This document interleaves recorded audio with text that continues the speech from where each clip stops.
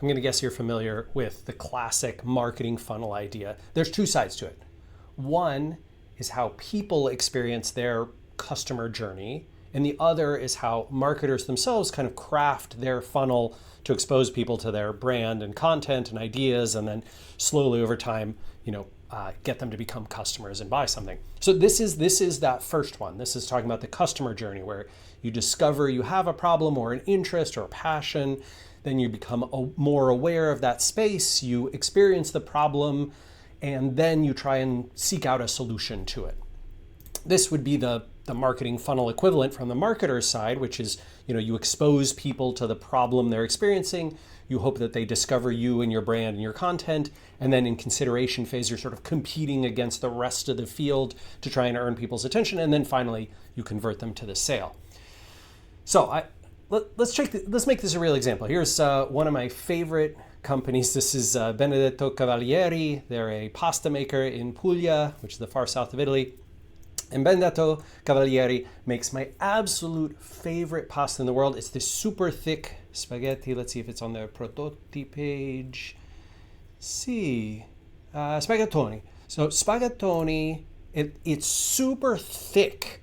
And as a result, it takes like 18 minutes to cook. They say 16 to 17 minutes. So you're boiling it for a really long time. But when it comes out, the taste and texture is just perfect. It's super al dente. I absolutely love it. Goes great with all these sauces. And Benedetto Cavalieri, right, when they're in the discovery and awareness, making people aware of the brand, the way they made me aware of their brand was they worked with a bunch of chefs and influencers, people who wrote cookbooks.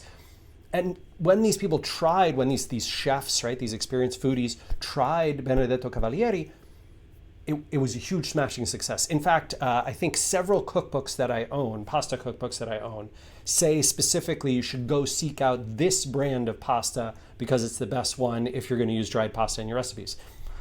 I have given Benedetto Cavalieri to dozens of friends. Like I've sent them a gift box. It's expensive, right? It's like $10 for a thing of spaghettoni instead of maybe $4 at the store, maybe $3 if you get a really cheap brand. So it's like 3 times as much, very expensive, but the quality is incredible. And what's really interesting that I think a lot of marketers don't necessarily think about and should is how these different phases mean that you need to make different investments. Let's say, for example, that at the exposure phase or discovery phase, Benedetto Cavalieri was suffering and struggling. Like they didn't have enough sort of brand awareness. There's just not enough demand for them. People don't know to compare them against other products. They're not a particularly well-known brand, I think, outside of Italy. And maybe they should be, but that challenge is fundamentally different. That requires the kinds of things they were doing, the PR efforts, the influencer efforts, getting chefs to try their pasta, working with restaurants and recipe writers to include their brand. That is fundamentally a totally different task than down here in conversion phase, where they are doing essentially what's happening here, which is bidding on, brand names, trying to get. I think if you go to, for example, Amazon and you search for spaghettoni. Spaghettoni is just like thick spaghetti. Well, I actually don't see them. Well, okay, yeah, I did purchase that. I don't remember spending $128, but maybe I did. And these types of ads, that is taking already existing demand for a brand and trying to convert it to sales, which is a totally fine thing to do, but very different. The way I think about content creation and marketing and which channels to invest in, things like PR and social media, these videos that I do, the content that we create on SparkToro, that is all exposure and discovery. It is almost none of it is consideration and conversion. In fact, right now we're making our very first efforts. The first time ever, we're going to be doing some paid performance marketing.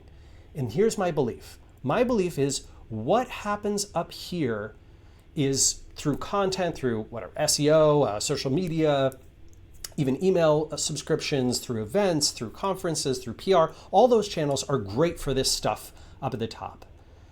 And then you've essentially created this demand. Now there's a lot of people who are like, yeah, I've heard of Benedetto Cavalieri, or in our case, Spartoro, and maybe when I get to my buying, consideration, and conversion phase, that's when performance style advertising, right, the kind of thing that happens here, is actually quite useful. I think it really pays to understand this and how these two dynamics work together. Because if you are struggling with not enough sort of brand impressions, not enough demand for your product, the problem that you solve, you might be shooting yourself in the foot by investing in this stuff instead of this stuff. These are two different things. If you've built up a bunch of awareness and attention and brand recognition and familiarity and trust, then you probably should do some investing in performance marketing to take those folks from consideration to conversion.